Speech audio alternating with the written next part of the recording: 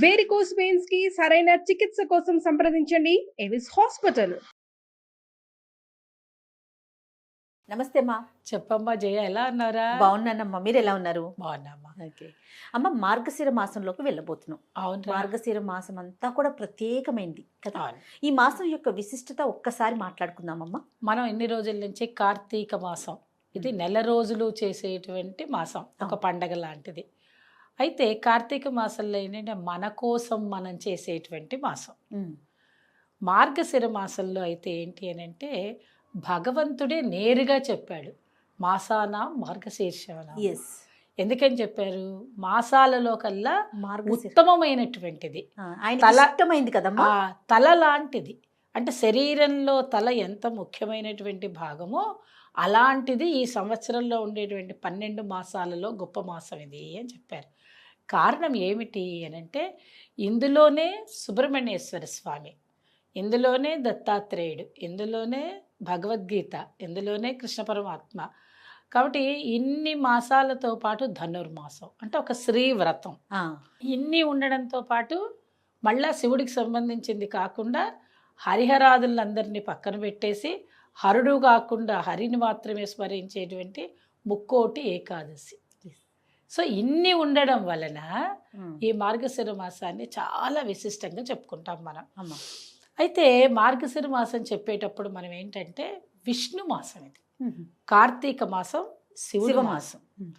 అట్లా అందుకని ఏం చేస్తాం, తెల్లవారు లేచిన మొదలుకొని శివ శివ శివ అని మనం ఎంతసేపు శివుణ్ణి స్మరణ చేస్తూ ఉంటాం, అభిషేకాలు అంటాం. అది అక్కడ కొంచెం నియమ నిష్టలు ఎక్కువగా ఉంటాయి కాబట్టి ఆ చలికి తగ్గట్టు ఉండేటువంటి నియమాలు ఉంటాయి. మార్గశిర మాసంకి విష్ణువు మాసం, మధుమాసం. ఇది ఎంత హాయిగా ఉండొచ్చు అంటే విష్ణువు స్థితిని కల్పిస్తాడు.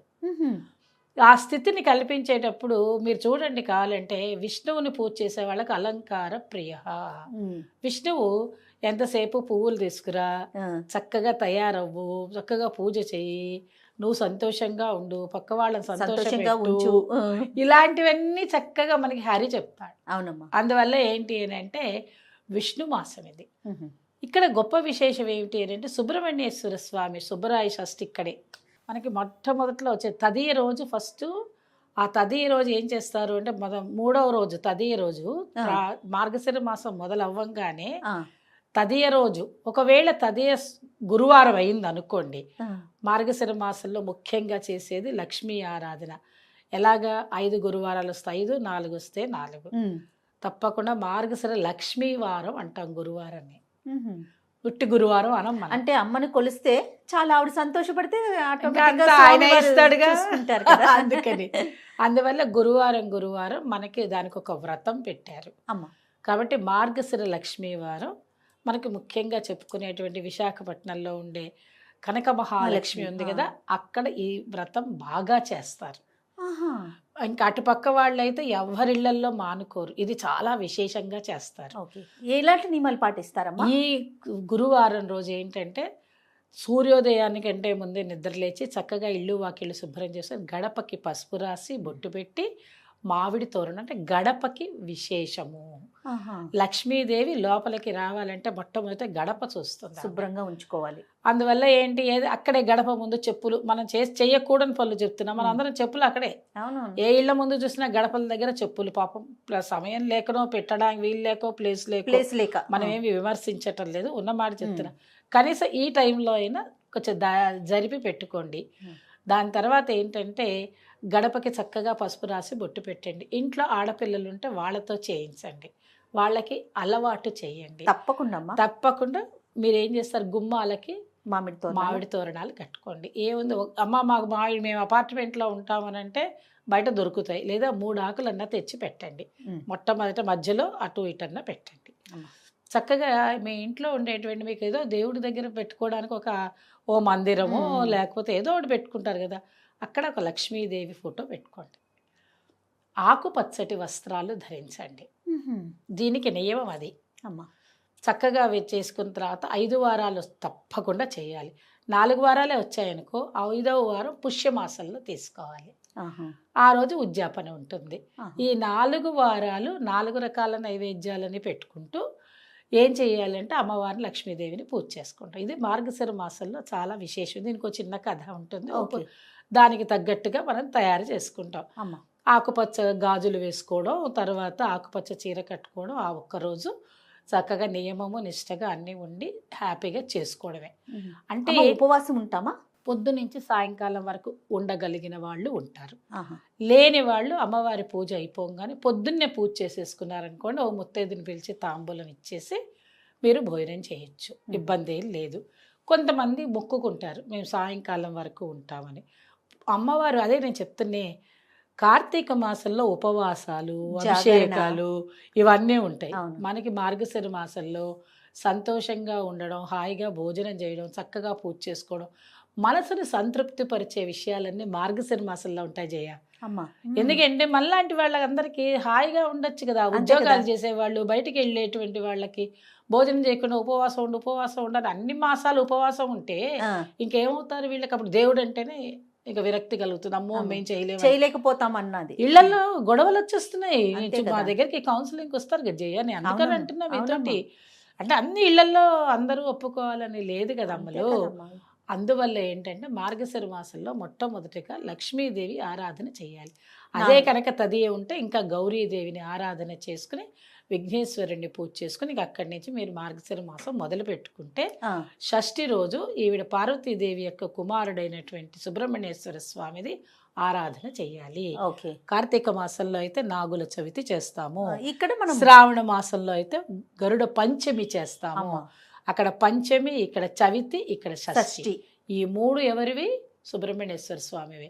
ఇక్కడ సుబ్రహ్మణ్యేశ్వర స్వామి ఆరాధన చేసుకోవాలి. అట్లాగే. శుభరాయ షష్ఠి పాటించడం, ఉపవాసం ఉండాలి.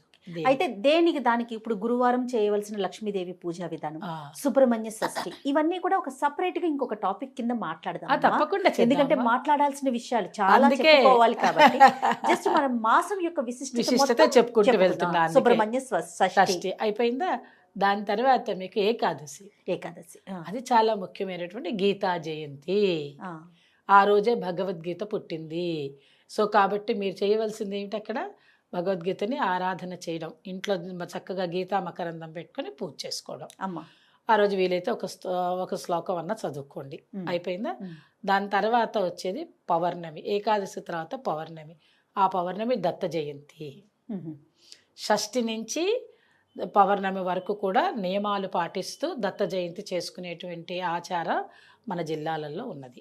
అమ్మ, దత్త జయంతి కూడా అందరూ జరుపుకుంటారా? అందరూ అలా దత్త జయంతి ఎవరైనా జరుపుకోవచ్చు. ప్రపంచానికి ముఖ్యమైనటువంటి వాడు దత్తుడే. దత్తుడి వల్లనే ఈ ప్రపంచం మొత్తము ఈ రకంగా నిలబడగలుగుతోంది. అన్నిటికీ ఆయనే. దాని తర్వాత ఇంకా ఏం లేదు, హ్యాపీగా ఉండడం. మీరు అడుగుతున్నటువంటి ధనుర్మాసం అంతే. అది మార్గశిర మాసంలో ఉండే ధనుర్మాసం అన్నిటికంటే చాలా విశేషమైనటువంటి. ఎందుకంటే శ్రీవ్రతం అది. శ్రీవ్రతం అంటే ఏంటి అర్థం? శ్రీ అంటే లక్ష్మీదేవి.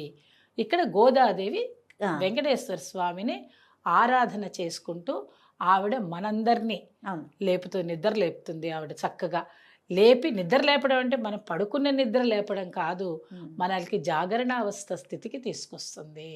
అంటే జ్ఞానావస్థ కావాలి అని చెప్తుంది అనమాట. అంటే అందరికీ, ఒక స్త్రీలకేనే కాదు, ఆవిడ స్త్రీలకి, పురుషులకి, పిల్లలకి, పెద్దలకి అందరికీ చెప్తుంది. తెల్లవారుజామునే నిద్రలేవండి, చక్కగా భగవంతుడికి ఆరాధన చేసుకోండి, అన్ని సవ్య లక్షణాలు కలిగి ఉంటారు మీరు అని ఒక్కొక్క రోజు ఒక్కొక్క కథలు చెప్తూ తిరుప్పావై భాగవతం కథలు చెప్తూ ఆ తిరుప్పావై పాసరమే సుప్రభాత సేవలో తిరుప్పావై చదువుతారు తిరుమలలో. అవునమ్మా. కాబట్టి 30 రోజులు మీకు 30 పాసురాలు ఉంటాయి చక్కగా. ఆ పాసురాలు అందరూ చదువుకోలేకపోవచ్చు. కాబట్టి ఎవరైనా చేసుకోగలిగింది ఏమిటంటే భాగవతం కథ చదువుకోవటం, హాయిగా చదువుకోవచ్చు 30 రోజులు. ఈ మధ్యలో ఒకసారి ఏకాదశికి వైకుంఠ ఏకాదశి ద్వార దర్శనం చేసుకుంటాం, ఉత్తర ద్వార దర్శనం చేసుకుంటాం. కాబట్టి ఇంత విశేషంగా గోదా కళ్యాణం అమ్మ, మళ్ళా నీకు అక్కడికి వెళ్ళిపోవాలి పుష్యమాసానికి. మొత్తం 30 రోజులు అయిపోతే ఆ రోజు పుష్యమాసంలో సంక్రాంతి రోజు చక్కగా ఆ రోజు ఎండ్ అవుతుంది. అది లాస్ట్ రోజు అన్నమాట. ఇక్కడ మొదలైతే అక్కడ 30 రోజులు చివరి రోజు కాబట్టి గోదా కళ్యాణం భోగి రోజు చేస్తాం. సంక్రాంతి విశేషం చెప్పుకునేటప్పుడు ఆ 3 రోజులు గోదా కళ్యాణం గురించి చెప్పుకుంటాం. కాబట్టి మార్గశిర మాసం, విష్ణు మాసం చక్కగా అందరూ హాయిగా విష్ణుమూర్తిని కొలుచుకునేటువంటిది. సాధ్యమైనంత వరకు మన ప్రేక్షకులందరూ కూడా అమ్మ. విష్ణు సహస్రనామం పారాయణం చేసుకున్నట్టయితే ఉమ్. ఈ మార్గశిర మాసంలో చాలా మంచిది. అది రాదనుకోండి, చేయలేరనుకోండి, పిల్లల చేత కనీసం శుక్లాంబరధరం అన్న నేర్పించండి పిల్లలకి. తప్పకుండా. అవి చదువుకోండి చాలు, ఇంకంతకంటే మించింది లేదు. లక్ష్మీదేవిని కూడా అంటే విష్ణువుని లక్ష్మిని ఆరాధన చేస్తే ఉమ్. మార్గశిర మాసం చాలా ఆనందకరంగా మనకి గడిచిపోతుంది. తప్పకుండా అమ్మా, తప్పకుండా. నమస్తే.